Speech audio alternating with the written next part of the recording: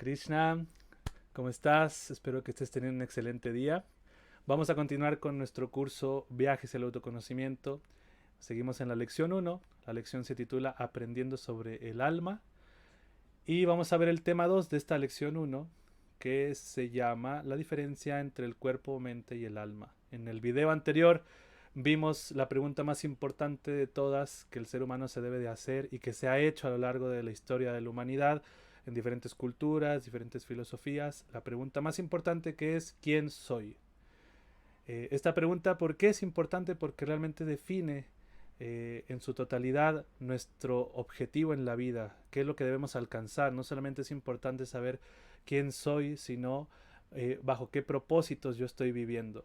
Entonces este curso también tiene este sentido de poder profundizar en el aprendizaje de la autorrealización, de poder entender cuál es el objetivo en la vida a nivel espiritual, pero primero tenemos que saber realmente quiénes somos. Hablamos acerca de que quizás somos este cuerpo material, quizás somos la mente, quizás somos el intelecto, o somos conciencia, o somos un conjunto de todo, o somos realmente algo más allá de lo que nosotros podemos percibir en esta realidad. Así que vamos a adentrarnos en este título y para ello vamos a leer o vamos a tomar como referencia las enseñanzas del Bhagavad Gita.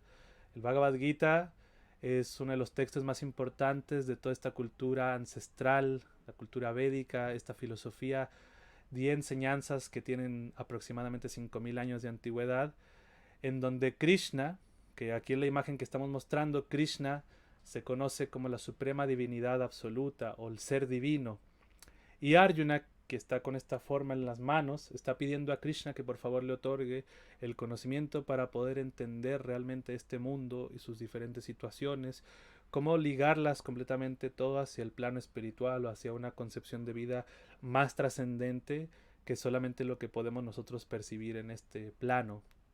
Entonces el Bhagavad Gita son enseñanzas de Krishna hacia Arjuna referente hacia la autorrealización, el propósito de vida, entender realmente cuál es la esencia real de todo lo que hacemos, por qué hacemos lo que hacemos, o más bien encontrarle un significado más profundo a lo que hacemos. Así que vamos a tomar mucho como referencia las enseñanzas del Bhagavad Gita para poder adentrarnos en este tema que vamos a ver hoy, la diferencia que hay entre el cuerpo, mente y el alma. Entonces, en primer lugar, vamos a analizar lo que es el cuerpo material o el cuerpo burdo, lo que nosotros podemos ver cuando nos vemos al espejo, ¿no? Vemos materia en sí. Pero ¿de qué está compuesto este cuerpo? Si nosotros fuéramos este cuerpo, podríamos completamente controlar lo que hay en este cuerpo, ¿no? Podríamos controlar nuestros diferentes latidos, podríamos controlar nuestros pensamientos, aunque realmente los pensamientos vienen en un plano distinto al cuerpo burdo, se considera un cuerpo sutil, que es lo que vamos a analizar más adelante. Sin embargo, bueno, en el cuerpo material está compuesto, como dice aquí, sus componentes son los diferentes elementos que dentro de la filosofía de los Vedas se conocen como Pancha Mahabhutas. Pancha es un número, quiere decir 5. Mahabhuta se refiere a los grandes elementos que nosotros podemos percibir en este plano material. Entonces los 5 elementos, los grandes elementos materiales, desde arriba hacia la derecha está el éter, que es el espacio en sí, todo lo que nosotros vemos y que tiene espacio, el fuego, otro de los grandes elementos, el aire, el agua y la tierra. Entonces estos 5 elementos constituyen en sí los componentes que tienen los diferentes cuerpos que nosotros podemos observar en este mundo. ¿Y cómo es que estos elementos están dentro de nuestro cuerpo? O cómo es que nuestro cuerpo está compuesto de estos elementos. Y es muy interesante cómo la filosofía de los Vedas, especialmente una rama de la filosofía de los Vedas que se llama Sankhya, Sankhya se traduce a veces como metafísica, pero a la vez más a profundidad Sankhya se refiere a el análisis que hay entre la materia y el espíritu, o eh, como un estudio más analítico de cada elemento material y su relación con el plano espiritual. Entonces los Panchamahabhutas están dentro de este cuerpo, de acuerdo a la filosofía del Sankhya, a través de nuestros diferentes sistemas, ¿no? Por ejemplo, el fuego, uno de los ejemplos que muestra la filosofía Sankhya y a la vez el conocimiento de la Ayurveda, que es otra de las ramas de los Vedas, que se refiere más que nada al estudio de la medicina y el análisis del cuerpo en sí, la salud, explica que el fuego está dentro de nuestra digestión, por ejemplo. El elemento fuego lo podemos observar a través del sistema digestivo. El jugo gástrico, por ejemplo, cuando nosotros recién estamos comiendo, el jugo gástrico hace que todo lo que nosotros comimos se disuelva y a la vez se transforma en diferentes elementos que nuestro cuerpo necesita. Ese sistema de transformación que tiene nuestro cuerpo es un tipo de fuego que tiene nuestro cuerpo. Entonces el fuego se manifiesta en nuestro sistema, ¿no? A través de todo lo que nosotros podemos ver, también hay un tipo de fuego que hace que los colores, la luz puedan entrar en nuestro sistema, podamos absorber la realidad. Por ejemplo, el aire, muy sencillamente podemos interpretarlo como el aire que entra y el aire que sale, ¿no? En diferentes orificios también sale el aire, ¿no? Por ejemplo, el agua también se dice, la medicina explica que nuestro cuerpo constituye casi el 80% de agua, ¿no? Necesitamos estar bien hidratados para que el cuerpo funcione bien. La tierra se refiere más que nada a los órganos o más a lo que está tangible en nuestro cuerpo, ¿no? La carne en sí, todo eso constituye más tierra, es algo que más burdo en sí. Los elementos o los panchamahabutas van haciéndose desde lo más sutil hasta lo más burdo, siendo el más sutil el éter y el espacio donde nosotros podemos observar que nuestro cuerpo tiene espacio.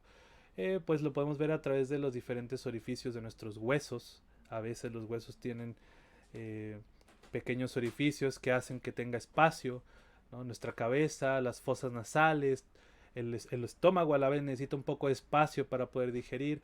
Entonces todos estos elementos constituyen o componen más que nada nuestro cuerpo material. Los diferentes sistemas que tenemos en nuestro cuerpo, el sistema nervioso, el sistema digestivo, etcétera, etcétera, constituyen las transformaciones y las combinaciones de estos 5 elementos materiales.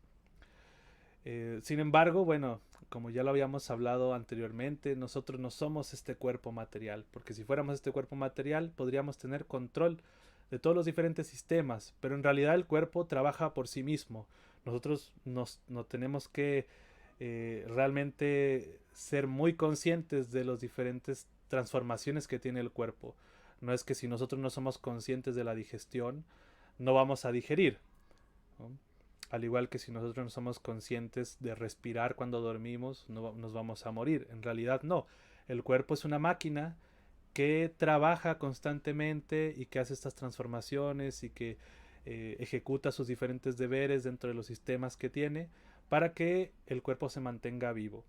Pero ¿qué hace que el cuerpo se mantenga vivo? Así como por ejemplo, cuando uno se sube a un automóvil, el automóvil puede que tenga la gasolina necesaria, los sistemas del automóvil estén perfectamente alineados, esté todo perfectamente para poder conducir, pero si no hay un conductor que dé marcha al automóvil y sepa conducir el automóvil, así aunque sea un automóvil último modelo de la mejor marca, realmente no va a servir, va a ser inútil. Entonces, ¿qué hace que esta máquina, que es nuestro cuerpo material, que es tan compleja y que está compuesta de diferentes elementos, que hace realmente que se mantenga y que funcione aún así que nosotros no seamos conscientes de ello?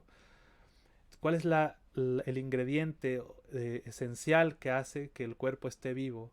O más bien, ¿qué es lo que hace que un cuerpo esté vivo y que un cuerpo esté muerto? Si, por ejemplo, un cuerpo eh, que puede tener todos los diferentes componentes igualito a un cuerpo vivo, ¿no? ¿Por qué no está vivo? ¿Qué es lo que le hace falta? ¿Qué elemento es lo que le hace falta? Y no es ninguno de estos elementos materiales o componentes, sino que es algo que va más allá de los elementos materiales y que es a lo que nosotros queremos llegar a aprender más. Entonces vamos a continuar con el análisis dentro de este tema que estamos viendo, la diferencia entre el cuerpo, mente y alma. El Bhagavad Gita, por ejemplo, nos explica lo siguiente. El Bhagavad Gita tiene 18 capítulos, en su totalidad tiene alrededor de 700 versos, perdón.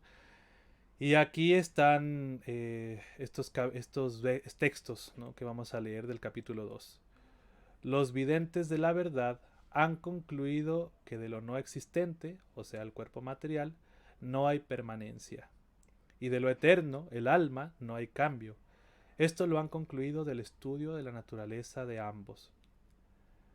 Ok, entonces es muy interesante este verso porque se refiere a personas que han aprendido a través de sus diferentes experiencias y análisis y estudios que el cuerpo material, que realmente no es muy difícil de poder percibir esto, que el cuerpo material es temporal, o sea que no es permanente. Nosotros podemos observar a nuestro alrededor constantemente que hay personas que se están muriendo. Simplemente vamos a un hospital y podemos observar cuánta cantidad de personas se mueren en un día, en un solo hospital. Ahora hay muchos hospitales en nuestra ciudad y hay muchos más hospitales en el mundo, y no solamente las personas se mueren en un hospital, sino que constantemente, cada segundo, hay personas que se están muriendo. Entonces es muy fácil entender que este cuerpo material es temporal, no es permanente. Aún así hay algo muy interesante, que nosotros pensamos que no vamos a morir o no somos conscientes de ese momento, ¿no? Vemos que a nuestro alrededor la gente está muriendo y que está dejando su plano de existencia en este momento, pero a la vez yo creo que yo no voy a morir o no voy a pasar por eso, o más bien no me preocupo de eso. A pesar de que la muerte puede llegar en cualquier momento, yo creo que no voy a morir, o más bien yo creo que no me va a pasar, o quizás me va a pasar mucho después, ya cuando sea un anciano, ¿no? Pero en realidad la muerte está presente desde el momento en que nacemos, ¿no? Cada año cumplido significa un año más cerca de la muerte. Entonces es algo muy interesante que la filosofía védica nos hace caer en cuenta y nos hace tomar conciencia de este momento crucial que es la muerte en relación al autoconocimiento, entendiendo que si este cuerpo no es permanente, entonces, ¿qué soy realmente más allá de este cuerpo? Y aquí el Bhagavad Gita nos explica que el alma, que es eterna, no hay cambio. A diferencia del cuerpo, que sí pasa por diferentes cambios, ¿no? Nosotros tuvimos un cuerpo de niños, después de adolescentes, adultos, ancianos, y se explica que el último cambio del cuerpo es la muerte, pero nosotros siempre hemos sido la misma persona o la misma identidad, o desde el mismo principio siempre nos hemos identificado con este campo de actividades que es este cuerpo. Yo no soy consciente de lo que tú piensas o de lo que tú sientes en tu cuerpo, y a la vez tú no eres consciente de mi cuerpo. Pero sí tengo un campo de acción dentro de este cuerpo, y que si yo fuera este cuerpo yo decidiría bajo qué condiciones quiero estar, ¿no? Si yo fuera este cuerpo yo podría tener la facultad de decir yo quiero quedarme de 20 años, yo quiero quedarme de 30 años, no quiero crecer más, porque si yo tuviera control de mi cuerpo, o más bien si yo fuera este cuerpo, yo podría tomar decisiones sobre este cuerpo, pero en realidad el cuerpo va pereciendo constantemente a lo largo de los años y termina eh, desapareciendo, ¿no? Entonces, ¿pero qué es lo que hay dentro de este cuerpo? Y el Bhagavad Gita nos enseña que el alma tiene algo que ver en esto. Entonces vamos a ir aprendiendo un poquito más, analizando un poco más este tema. Bueno, pero si no somos este cuerpo, también nosotros tenemos una mente, ¿no? A pesar de que nosotros no la vemos, ¿no? Ya no se considera un elemento burdo, ¿no? Porque nosotros decimos, bueno, yo tengo una mente y estudio y utilizo mi mente, pero no sé dónde está la mente, ¿no? En qué parte del cuerpo está la mente. A veces podemos decir que está aquí, en nuestra cabeza. Sin embargo, materialmente hablando, dentro de la cabeza está el cerebro, ¿no? Y el cerebro tiene diferentes sistemas también. Pero la mente es algo más sutil. Es algo que no es tangible, pero que sabemos que existe y que está ahí. A la vez que la inteligencia, ¿no? Nosotros decimos, bueno, tengo una inteligencia, pero ¿dónde está la inteligencia? ¿En qué parte de mi realidad está la inteligencia? Entonces a esto se le conoce como el cuerpo sutil. aquí es donde nosotros también hablamos un poco acerca de que el Bhagavad Gita nos enseña que hay dos tipos de cuerpo. El cuerpo burdo, que ya lo analizamos, que está compuesto de diferentes elementos, y que a la vez está el cuerpo sutil, ¿no? El cuerpo sutil está compuesto, a diferencia del cuerpo burdo, que son 5 elementos, el cuerpo sutil está compuesto por 3 elementos. La mente, el Bhagavad Gita nos enseña que la mente tiene 3 ocupaciones o 3 deberes que cumplir dentro de nuestro andar por este mundo. La mente se ocupa en pensar, se ocupa en sentir y se ocupa en desear, ¿no? Y se explica que la mente es como la reina de los sentidos, ¿no? Nuestro cuerpo burdo también, aparte de los diferentes elementos que está compuesto, también está compuesto por sentidos. Nuestro sentido de la vista, el tacto, el gusto, el olfato, el oído. Todos estos sentidos son sentidos de información que nosotros podemos recopilar, así como lo vimos en la sesión introductoria, el pratyaksha o la percepción directa, que a través de nuestros sentidos podemos aprender y observar la realidad, y ahí podemos también crear una concepción de lo que nosotros estamos viviendo. Nuestra mente se explica que es como la reina de los sentidos, o sea, la mente surge un pensamiento o surge un sentimiento o surge un deseo, y a través de estos componentes nuestros sentidos actúan. Supongamos que tengo un deseo de comer un pastel de chocolate. Este viene de un pensamiento que quizás lo vimos pasar por ahí y se sembró en nuestra mente un pensamiento de qué será el sabor del chocolate o cómo será si yo me como este chocolate. Entonces empiezan a hacer un deseo en base a una percepción que tuvo nuestro sentido de la vista, ¿no? Y nace un sentimiento también. Yo quiero sentir el sabor del chocolate en mi lengua, lo quiero saborear. Entonces, a través de ese sentimiento, pensamiento y deseo, nuestra mente empieza a mandar información a los sentidos. ¿Y qué hacen los sentidos? Pues se empiezan a dirigir a la tienda donde está el pastel de chocolate, y ahí es donde nosotros tratamos de complacer el deseo. Pero ese deseo, ¿de quién es? ¿Es mío o es un deseo de la mente? Es aquí lo que estamos analizando realmente. ¿Quién es el que está desarrollando este deseo? ¿Y bajo qué impulso está desarrollando este deseo? Entonces la mente se rige principalmente a través de el último ítem que tiene el cuerpo sutil, que es el ego falso. Antes de hablar del ego falso, vamos a hablar de la inteligencia. La inteligencia tiene la capacidad de discernir entre lo que es bueno y lo que es malo. En este mismo ejemplo del pastel de chocolate, supongamos que nuestra mente ya mandó la información a los sentidos, llegamos a la tienda y la inteligencia va a decir, ok, espera un poco, no vayamos a complacer ese deseo así como así. La inteligencia empieza a analizar realmente si el deseo de la mente o el pensamiento que tuvo la mente es bueno o no. La inteligencia empieza a decir, bueno, el pastel cuesta tanto, si compramos este pastel quizás nos salimos de nuestro presupuesto del mes, recuerda que estás enfermo, estás malo de salud, si comes mucho te vas a enfermar, etcétera, etcétera, etcétera. Entonces nuestra inteligencia juega un papel interesante en esta jerarquía del cuerpo sutil, donde por encima de la mente está la inteligencia, ¿no? La inteligencia tiene la capacidad de poder definir un poco más los pensamientos de nuestra mente o los deseos de nuestra mente. Tiene un sistema de selección más fino que lo que la mente desea o piensa o siente.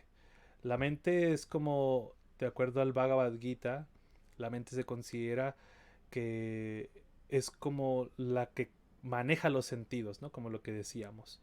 Eh, y los sentidos se comparan como a caballos, los caballos que son un poco desbocados, ¿no? A veces eh, vemos caballos que andan así libremente y van de allá para acá y así. Los 5 sentidos que tenemos en nuestro cuerpo son como 5 caballos que están así desbocados, y la cuerda que trata de controlar estos caballos es la mente.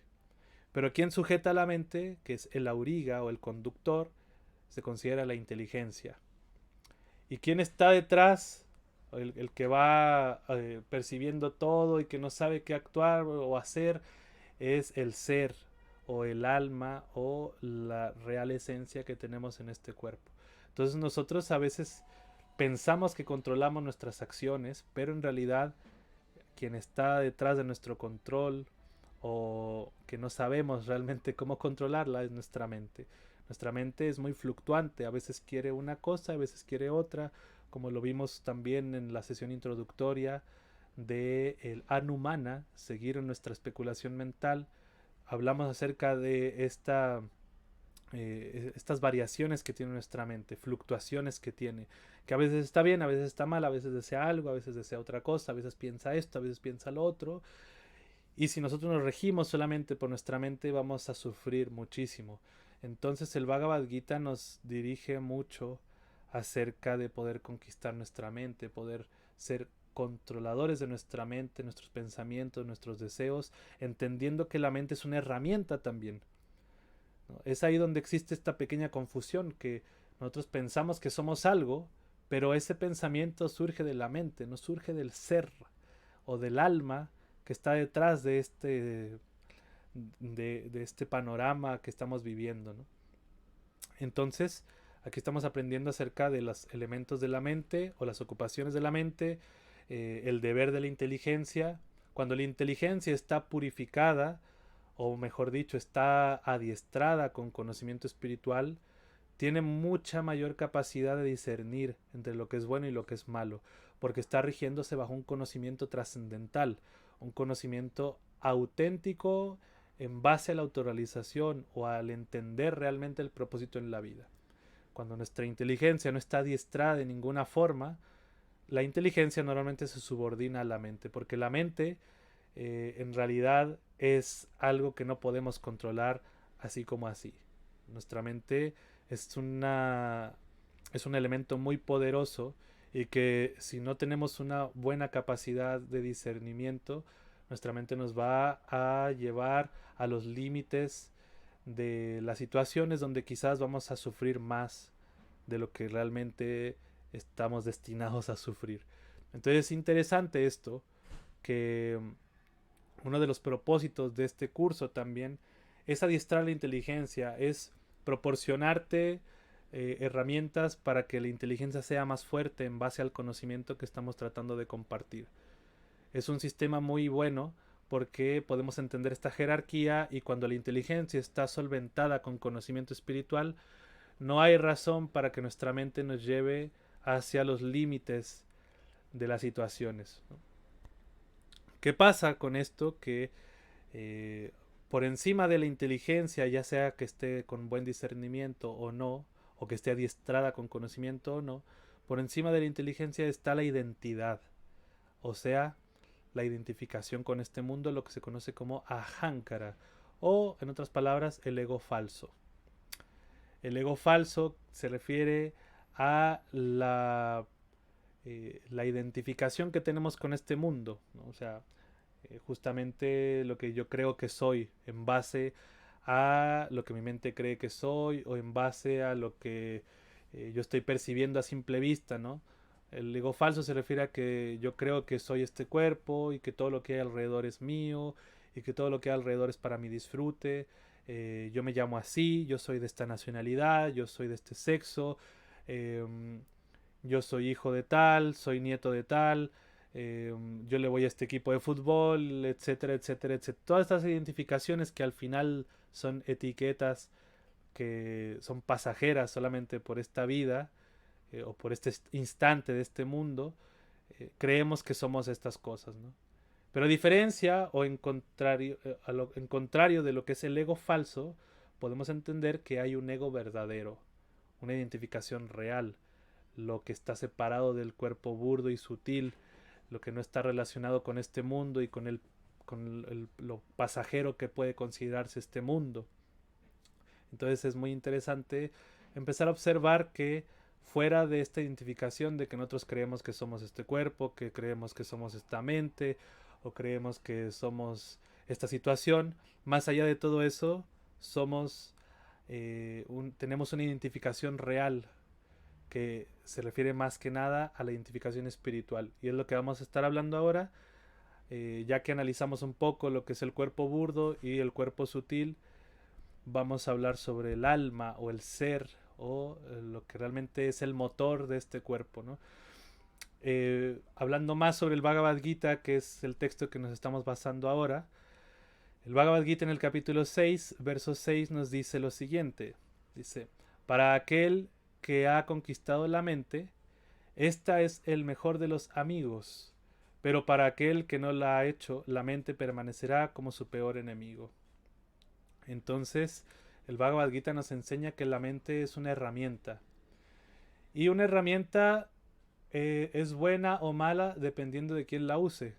Así como, por ejemplo, un cuchillo en manos de un ladrón puede ser muy malo, puede, puede, puede causarnos mucha ansiedad, ¿no? Un ladrón con un cuchillo, pero en manos de un doctor puede salvar una vida.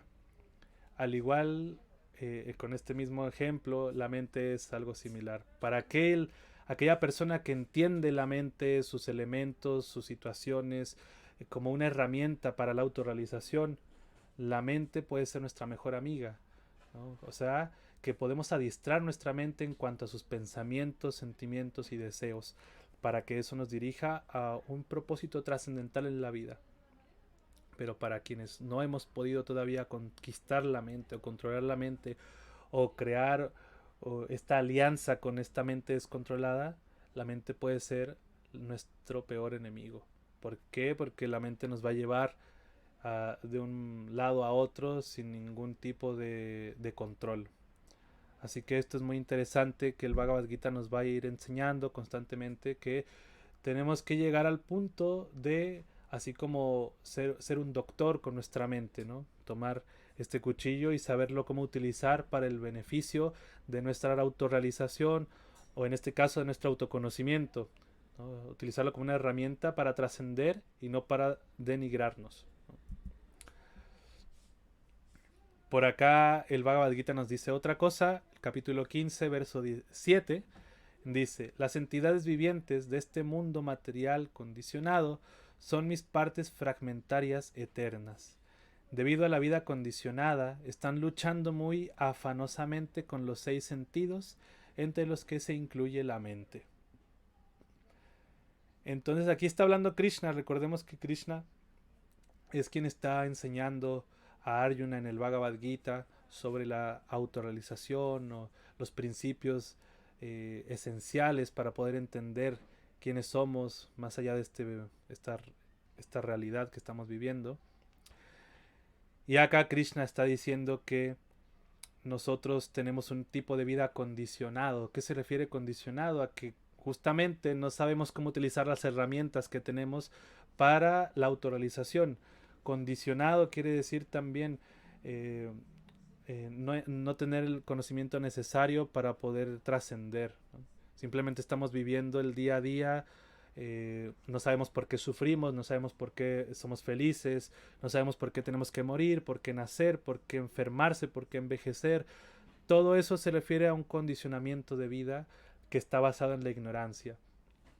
Y la ignorancia no es mala, de cierto modo, porque nosotros no nacemos conscientes o no nacemos con conocimiento, pero vivir en base a la ignorancia sí es malo. Tenemos la capacidad en este cuerpo humano de poder entender lo que hay más allá de lo aparente o lo que realmente significa una vida plena en el ámbito espiritual y en todos los ámbitos.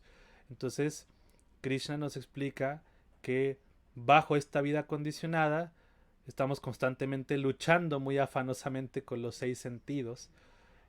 Y justo dice que se incluye la mente. O sea, nosotros ya hablamos de que tenemos 5 sentidos: la lengua, el gusto, el olfato, etc. Y la mente, que se considera el sexto sentido o la reina de los sentidos. Nosotros estamos luchando constantemente contra estos 6 sentidos. ¿Y por qué luchando? Porque no sabemos cómo funcionan. Ignoramos completamente para qué son estos sentidos, cómo utilizarlos para nuestro bien espiritual. Los utilizamos únicamente para seguir condicionados en este mundo. Todo lo que nosotros comemos, olemos, vemos, escuchamos, tocamos, todo esto nos genera un condicionamiento más en esta vida. Sin embargo, los podemos utilizar también a través de los sentidos para poder trascender. Y ahí es donde entra el Bhakti. Justamente estos cursos que son introductorios, o lo que estamos hablando acá, es para poder direccionarnos más hacia entender la plataforma del Bhakti, o la plataforma del amor, o la plataforma de la devoción que tiene el ser, o que tiene el alma, o lo que somos, en relación con el ser divino. Entonces, el hecho de entender nuestros sentidos, nuestra mente, nos ayuda a poder absorber estas herramientas para poder usarlas en el Bhakti, en el proceso de la devoción hacia el ser divino, en el proceso de conexión, de entender este propósito magnánimo en la vida, que solamente seguir condicionados en la misma. Entonces bueno, son cositas que vamos descubriendo a lo largo de este taller, de este curso, y que nos gusta mucho hablar y compartir con ustedes sobre estas enseñanzas, que justamente el propósito es que nazca en nuestro ser la necesidad de querer aprender más y más y más sobre este conocimiento, ¿no? Ahora vamos a hablar sobre el alma, nuestro verdadero yo, quién soy yo realmente, más allá de lo que ya vimos que es el cuerpo, los elementos, los sentidos, la mente, inteligencia, la identificación falsa, bueno, sobre encima de todas estas diferentes capas de situaciones que estamos viendo está el alma que se considera nuestro verdadero yo, la esencia o la chispa que hace que todo este embrollo de elementos mente esté activo, esté vivo. ¿Qué nos dice el Bhagavad Gita? El Bhagavad Gita, capítulo 2, verso 17, dice: has de saber que aquello que se difunde por todo el cuerpo es indestructible. Nadie puede destruir a esa alma imperecedera. Entonces aquí nos está hablando de que el el alma se difunde por todo el cuerpo. Eso quiere decir que Krishna no está hablando de que el cuerpo humano en sí. Krishna está hablando del cuerpo, y nosotros podemos ver que hay muchos tipos de cuerpos que están vivos. Así como por ejemplo el cuerpo de las plantas, el cuerpo de los animales, el cuerpo de los seres acuáticos, aves, etcétera, el cuerpo de los insectos, inclusive el cuerpo de una bacteria, inclusive. Todos esos son cuerpos, y que esos cuerpos tienen chispa divina, tienen chispa espiritual, tienen movimiento, porque justamente el alma al entrar en ese cuerpo, a través del nacimiento, de la creación de una vida en sí, cuando el alma entra a este cuerpo, se difunde por todo el cuerpo, se expande, y esa expansión se le llama conciencia. Se dice en el Bhagavad Gita que el síntoma del alma es la conciencia, ¿no? La conciencia que se expande, que yo soy consciente de hasta la punta de mi dedo o el dedo chico de mi pie. Yo soy consciente y sé que existe ahí. ¿Y por qué soy consciente de esa extremidad?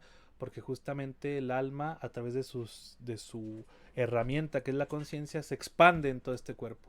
Entonces cada cuerpo tiene conciencia. ¿Por qué? Porque tiene un alma. Pero también existen diferentes grados de conciencia. Hay conciencias que son un poco más elevadas que otras en relación al cuerpo en el que están manteniéndose. Y justamente la conciencia humana, que está manifestada a través de estos elementos que hemos visto, como la mente y la inteligencia, está destinada a poder aprender sobre estas enseñanzas y poder darle uso correcto a estos elementos. Nosotros, como habíamos visto, no vemos un animal o una planta aprendiendo acerca de la autorrealización o queriendo saber, bueno, qué pasa con mi conciencia o con la mente. No lo vemos así, porque justamente la conciencia está a un nivel que únicamente le permite sobrevivir, ¿no? Le permite tener la capacidad de supervivencia. Nosotros, como seres humanos, nuestra conciencia está a un nivel que nos permite hacernos preguntas del porqué de la creación, por qué la realidad, por qué de este mundo, por qué y por qué y por qué. Esas preguntas constituyen un estado de conciencia adecuado para la autorrealización. Y es por eso que la forma humana de vida es muy importante, y es esencial que el ser humano utilice estas herramientas para poder liberarse de este condicionamiento material y no tener que volver a padecer o tener que experimentar de nuevo otros tipos de cuerpo. O sea que estamos hablando también de reencarnación. Todo lo que nosotros podemos percibir de cuerpos también quizás ya los hemos pasado antes. Y si no utilizamos esta forma humana de vida para poder alcanzar un cuerpo espiritual o nuestra realidad espiritual trascendente, vamos a tener que volver a nacer en un estado de nuevo de ignorancia y quizás volver a aprender o en el sentido más dañino que podemos experimentar es descender a especies de vida con un nivel de conciencia más bajo, donde no podamos tener la capacidad de preguntarnos por qué estoy aquí. Así que es interesante también que el Bhagavad Gita nos plantea estas situaciones de vida. Ok, el Bhagavad Gita nos dice también lo siguiente. El texto 13 del capítulo 2 seguimos. Así como en este cuerpo el alma encarnada pasa continuamente de la niñez a la juventud y de nuevo a la vejez, de la misma manera el alma pasa a otro cuerpo en el momento de la muerte. A la persona sensata no la confunde este cambio. Entonces lo habíamos puesto este ejemplo anteriormente, ¿no? Que pues nuestro cuerpo nosotros vemos que va pasando de situación en situación, va cambiando también, ¿no? Va teniendo un cuerpo de niño, adulto, viejo, ¿no? Y podemos ver esas etapas en todas las personas, no es algo que nosotros estemos inventando ahora acá, sino que lo podemos percibir, que el cuerpo va madurando constantemente, pero nosotros siempre hemos sido la misma persona, ¿no? Siempre hemos sido la misma identidad, siempre yo he sido yo, a pesar de que tenía un cuerpo a los 3 años, ¿no? Yo no soy consciente de otros cuerpos más que del mío. ¿Y por qué digo del mío? Porque este cuerpo es un campo de acción que es donde está actuando el alma, que soy yo realmente, ¿no?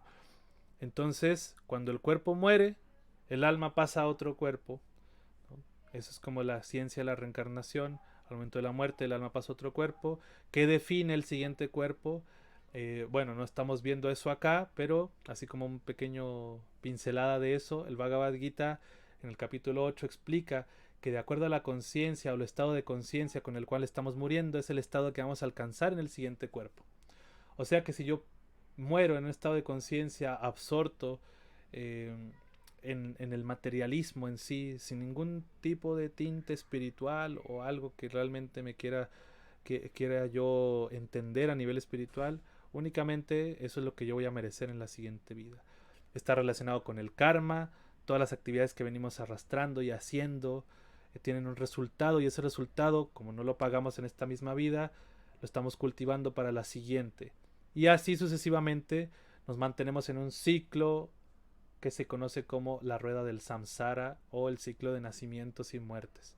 Entonces es deber del ser humano detener ese ciclo de nacimientos y muertes al momento de que nosotros entendamos que somos almas, no somos estos cuerpos, no somos estas mentes, somos almas espirituales que en este cuerpo tenemos la capacidad de poder entenderlo y poder cortar ese ciclo que parece ilimitado y que parece que no tiene fin.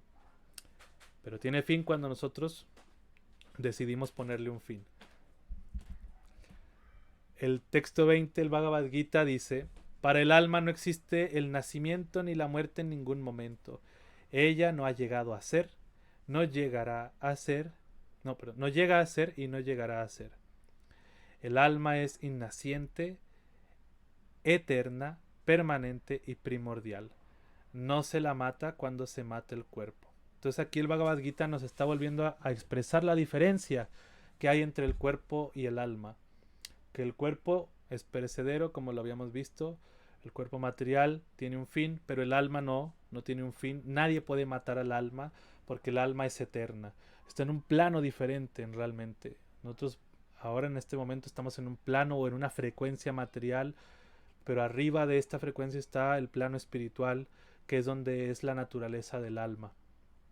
Entonces, cuando el cuerpo muere, el alma no muere. Y el alma simplemente pasa a otro cuerpo y se ve arrastrada por las diferentes actividades llevadas por la mente y la inteligencia que han efectuado diferentes actividades a través de los sentidos, y eso da como resultado otro tipo de vida. Independientemente del tipo de vida que el alma pase, el alma nunca va a padecer los sufrimientos que el cuerpo está padeciendo. El alma es indestructible, como dice acá, eh, no se le puede matar, es permanente, es eterna, primordial, es la esencia, es la chispa que hace que este cuerpo esté vivo, es el combustible, básicamente. O más que el combustible, es el conductor del auto, ¿no? Como poníamos el ejemplo de el auto último modelo, si no tiene un conductor, no sirve para nada. De la misma forma, el cuerpo en óptimas condiciones, si no tiene un alma, no tiene sentido que exista. Entonces, el alma hace que este cuerpo esté vivo, es la chispa eh, que acciona nuestro cuerpo. Texto 22 del Bhagavad Gita, que es el último texto que vamos a ver. Así como una persona se pone ropa nueva y desecha la vieja, asimismo el alma acepta nuevos cuerpos materiales, desechando los viejos e inservibles. Entonces, aquí otra vez hablando acerca de cómo funciona la reencarnación, cuando este cuerpo ya no puede dar más o ya ha pasado de acuerdo a su karma, ya ha experimentado lo que tiene que sufrir, lo que tiene que disfrutar. Cuando este cuerpo llega a este límite, simplemente se cambia. Así como nosotros a veces tenemos ropa vieja, ¿no? Que ya está rota, que ya no sirve más, que ya no nos queda incluso, que ya pasó de moda, lo que sea, por la razón por la cual tengamos que cambiar la ropa. Nosotros agarramos esa ropa, la botamos y vamos y compramos ropa nueva. De la misma forma, el alma pasa a otro cuerpo o acepta cuerpos nuevos para poder continuar su ciclo en la vida. El alma nunca queda sin cuerpo realmente en este mundo. Hay muchos tipos de cuerpos, inclusive cuerpos que nosotros no tenemos idea que existen. Hay muchos tipos de cuerpos y de acuerdo a lo que nosotros hemos cultivado en esta vida, es lo que nosotros vamos a aceptar en la siguiente. Entonces ya estamos aceptando, por lo menos teóricamente, en base a todo lo que hemos visto acá, que somos diferentes del cuerpo, que el cuerpo tiene sus elementos, que a la vez somos diferentes de la mente, que la mente tiene ocupaciones, que son herramientas que podemos utilizar, que nos pueden ayudar a la autorrealización o que a la vez nos pueden degradar más. Y a la vez finalizamos con este tema de que cuando el cuerpo muere, el alma no, el alma es algo separado y que es la esencia y que es la chispa que hace que esto esté vivo, ¿no? Entonces, aquí estamos aceptando el hecho de que somos almas espirituales, somos seres divinos, somos almas que estamos transcurriendo un tipo de vida de acuerdo a nuestros actos, de acuerdo a nuestras decisiones, que nacieron en un principio de una decisión que tuvo el alma de querer experimentar lo que es este mundo material. Y ahí es donde se habla también acerca del bhakti, que nosotros como seres espirituales tenemos una relación eterna con el ser divino que es Krishna. Esa relación no se puede quebrar, es una relación que existe eternamente, pero al estar condicionados a este mundo, nosotros constantemente estamos queriendo experimentar relaciones con las personas que nos rodean, relaciones con amigos, familia, pareja, personas conocidas, etcétera, etcétera, etcétera. Y esa necesidad de establecer relacionamientos con los demás nace de la necesidad de volver a restablecer la relación que tenemos con Krishna. Entonces este, este curso de viajes al autoconocimiento tiene como propósito también en las siguientes lecciones que vamos a ver entender ese camino de restablecimiento de la relación con Krishna. Pero para eso primero tenemos que entender qué es el alma. Hasta ahora, bueno, hemos visto la diferencia que hay entre el cuerpo, la mente, el alma, pero vamos a analizar en la siguiente parte de este curso, el último tema de la lección, que es el alma, las cualidades del alma, ¿no? Vamos a hablar un poquito más de esto, las cualidades del alma, que es la última parte de esta lección. Así que esperamos que les haya gustado esta parte del curso. No se pierdan, por favor, el siguiente video de la lección 1 de nuestro curso Viajes al Autoconocimiento. Hare Krishna.